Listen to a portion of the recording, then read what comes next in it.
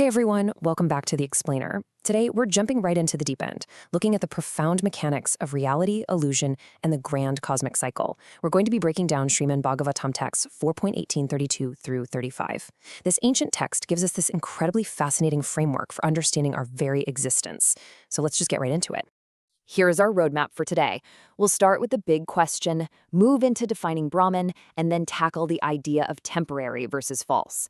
From there, we'll look at karma and physical forms, zoom way out to the cosmic cycle, and finally, wrap up with the concealed incarnation. Section 1, the big question. We're starting our philosophical detective work today with literally the ultimate mystery. You know, it's so common to wonder, is the universe around us? Like, the screen you're looking at right now, the chair you're sitting in, is it all just a mirage? Some kind of cosmic simulation? Well, the source text we're examining today tackles this exact misconception head-on, and it gives a very specific answer. Section 2, defining Brahman. To really solve this mystery, we first need to get on the same page about what we mean when we talk about the divine. So the crucial point here is that the energy of the Supreme Lord is actually as permanent as the Lord himself. The text points to the Vedic summary phrase, Sarvam Kalvi Idam Brahma, which translates to everything is Brahman. Meaning, the material world isn't just some rogue separate entity floating out there, right? It's a direct manifestation of that supreme energy. Think about it, from the living entities walking around on this earth to outer space, the heavenly planets, the sprawling oceans, and literally every single star in the sky. These are all just countless forms and manifestations of that exact same singular energy.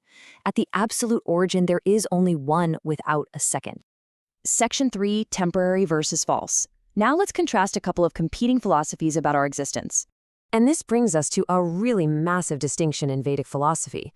There's this famous theory out there that states the spirit is real, but the manifested material world, completely false. But here's the thing, the Srimad Bhagwatam definitively rejects that idea. It establishes that nothing is strictly false.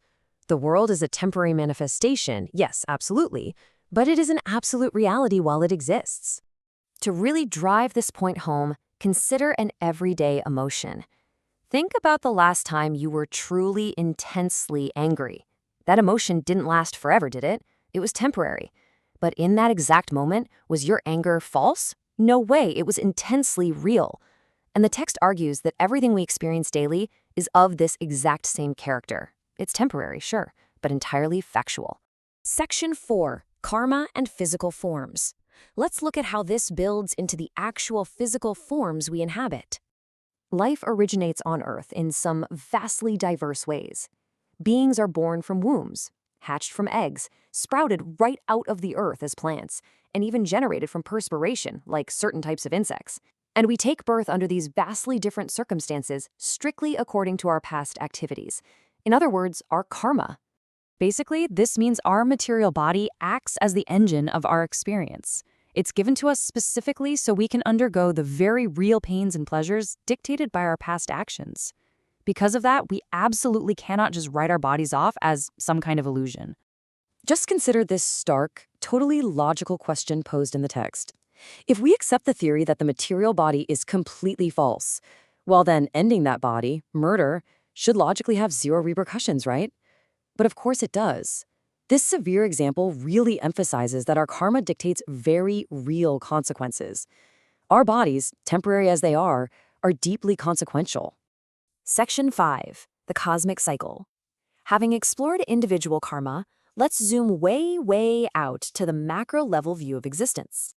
As philosophers and scientists attempt to study the universe, calculating over millions and millions of years, the text reminds us of a much grander structure.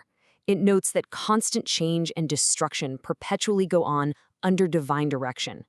The laws of nature are operating continuously, completely driven by a supreme background force. And this timeline here is the absolute law of nature. The universe operates on a scale far beyond the limited scope of human research. First, material creation is manifested for billions of years. Then, it faces total annihilation. It just remains in this dormant, unmanifested state for millions of years, before finally being created all over again. It's a massive, endless cycle. Now, within this cosmic discussion, the text references Sankhya philosophy. If you don't know, that's an ancient system of analytical study that mathematically breaks down the universe into 24 distinct elements. But there's a really vital distinction made here. True understanding doesn't come from just being a mathematician who counts elements. It comes from recognizing the divine form behind all of those elements, exactly as heard directly from the Supreme. Section 6. The Concealed Incarnation. Finally, let's explore how the divine presence actually interacts with us in our current cosmic era. The text highlights a very specific, mystical location, the northern part of Jambudvipa, known as Uttarukuruvarsha. There, Mother Earth and all the inhabitants worship a gigantic form, the Lord's boar incarnation. By chanting specific mantras, they recognize this specific form as the ultimate enjoyer of all sacrifices. And this brings us to a super fascinating term, Tri-Yuga. It basically describes how the Lord's manifestation adapts depending on the specific era. While the Supreme Lord always possesses ultimate opulence, Tri-Yuga points to the fact that in our current age, which is Kali Yuga, he appears as a concealed incarnation. So you might be wondering, who is this concealed incarnation? Well, unlike other ages where the Lord appears to display these grand, awe-inspiring pastimes, the divine takes a very concealed role today. Sri Chaitanya Mahaprabhu appears not to show off his opulence, but humbly, as a devotee, to guide humanity by his own personal example. So, bringing it all together, the material world is not just an illusion. It's a temporary stage where your actions hold immense real-world weight. If your physical form is temporary, but entirely real, the ultimate question remains, how will your karma shape your next reality? Thanks for joining me for this explainer. Until next time, keep questioning and keep learning.